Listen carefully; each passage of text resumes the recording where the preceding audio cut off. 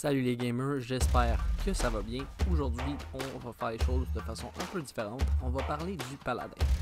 La raison pour laquelle je ne fais pas d'histoire pour le paladin, c'est simple. Le personnage a beaucoup changé depuis la 3e édition. Dans la 3e édition, le paladin était un personnage jouable qui devait avoir un alignement loyal pour être jouable, simplement. Celui-ci devait avoir un dieu qui lui conférait des pouvoirs. Maintenant, dans la 5e édition, la différence étant que ce qui mène vos pouvoirs, ce qui crée vraiment l'essence du personnage, c'est les convictions du personnage.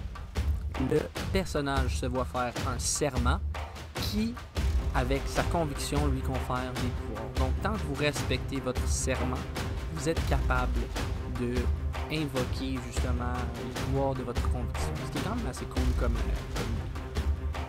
c'est quoi un paladin? Un paladin, c'est un personnage justement qui va faire appliquer ses convictions dans la vie de tous les jours et qui va laisser la vie le mener où ce que ses convictions peuvent être appliquées.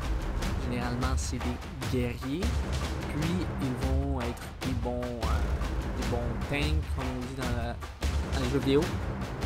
Ils font beaucoup de dégâts, ils sont aussi très pratiques dans la diplomatie, c'est généralement des gardiens, des protecteurs, donc autant à la défense qu'à l'attaque, et ils sont très efficaces. Si tu es une personne qui veut invoquer des pouvoirs grâce au pouvoir de ta conviction, le paladin est le personnage pour toi.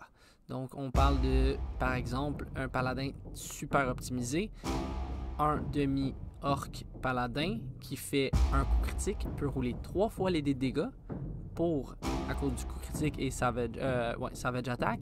Puis en plus, il pourrait utiliser l'habilité Divine Smite, donc châtiment divin, pour rajouter 2d8 de dégâts additionnels de dégâts rayonnants à sa cible.